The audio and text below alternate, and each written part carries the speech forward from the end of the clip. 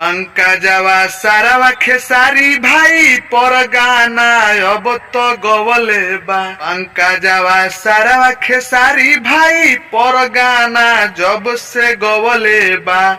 पूरा बिहार के सिंगर ओकरा दीदिया के जुठियवले बा। पूरा बिहार के सिंगर ओकरा दीदिया के जुठियवले बा। अरे अगले साल से मामा बने के ओकरा मुंड में आइल बा।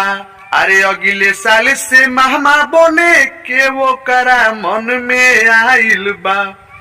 आ पूरा सिंगर मिल के पंकजवा के दीदी के गभिनाई जा। पूरा सिंगर मिल के वो करा दीदी के गभिनाई जा। रात भर नचाई बोरे पंकजवा तोर दीदी बाड़ी छिनार। तोर दीदी बाड़ी छिनार। तू ना पंकजवा साला मनबे देव तोरा माई के गरियाई। देव तोर माई के गरियाई। कि रात भर नचाई बरे पंकजवा तोर दीदी बिया छिनार।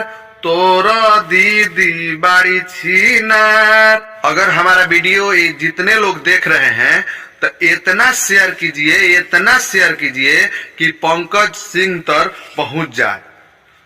प्लीज आप लोग ये वीडियो के शेयर कीजिए और उसको समझाइए कि साला समझ जाए।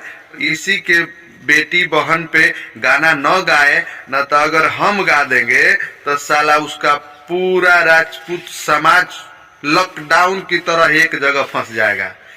तो इसलिए ऐसा ना करे और वो गाना के डिलीट कर दे।